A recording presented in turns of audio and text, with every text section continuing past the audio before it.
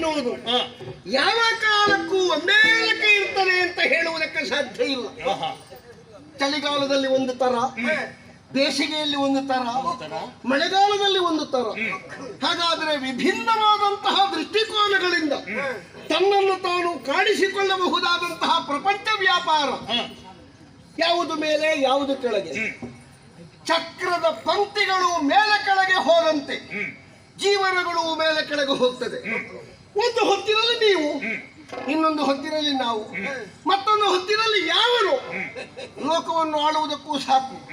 ಈಗ ನಾನೊಬ್ಬನೇ ಅಲ್ಲವಲ್ಲ ದಾಳಿ ಮಾಡಿದವರಲ್ಲಿ, ದರೋಡೆ ಮಾಡಿದವರಲ್ಲಿ ಇರುವುದು. ನಮ್ಮ ಪಟ್ಟಿ ಬಹಳ ಉಂಟು. ಈಗ ನಿನ್ನಲ್ಲಿ ಹೇಳ್ತೇನೆ ನಾನು, ನೀನೊಬ್ಬ ಅರಸ. ಹುಟ್ಟುವಾಗಲೇ ನೀನು ಅರಸನ. ಮತ್ತೆ ನಿನ್ನ ವರ್ಚಸ್ಸು, ನಿನ್ನದ್ದಾದಂತಹ ಕಾರ್ಯಜಾಣ್ಮೆ, ನಿನ್ನದ್ದಾದಂತಹ ರಾಜಕೀಯವಾದಂತಹ ಬುದ್ಧಿಶಕ್ತಿ ನಿನ್ನನ್ನು ಈ ನಾಡಿಗೆ ಅರಸರನ್ನಾಗಿಸಿತು. ನೀನು ಯಾಕೆ ಇಳಿಬಾರ್ದು? ನಿನ್ನನ್ನು ಇಳಿಸುವ ಶಕ್ತಿಯೊಂದು ಯಾಕೆ ಹುಟ್ಟಿಕೊಳ್ಳಬಾರ್ದು? ನೀನು ಎಲ್ರಿಗೂ ಯಜಮಾನ. ಹೇಗಾದೆ?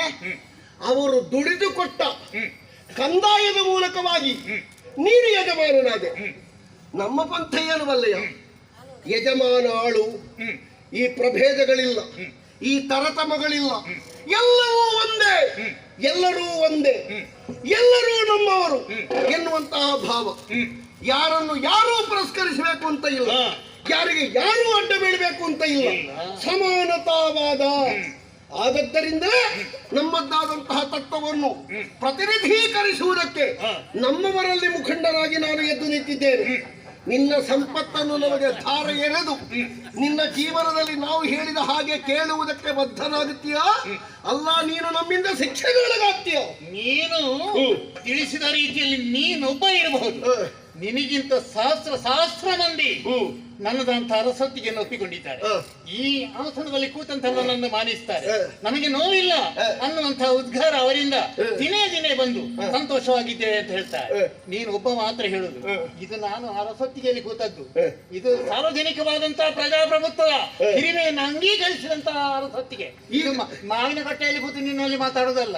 ಅಲ್ಲಲ್ಲ, ನಾನು ಈಗ ಗೇರುಕಟ್ಟೆಯಲ್ಲಿ ಕೂತು ಮಾತಾಡುವುದಲ್ಲ, ನಾನು ನಿನ್ನ ಎದುರೇ ನಿಂತು ಮಾತಾಡುದು.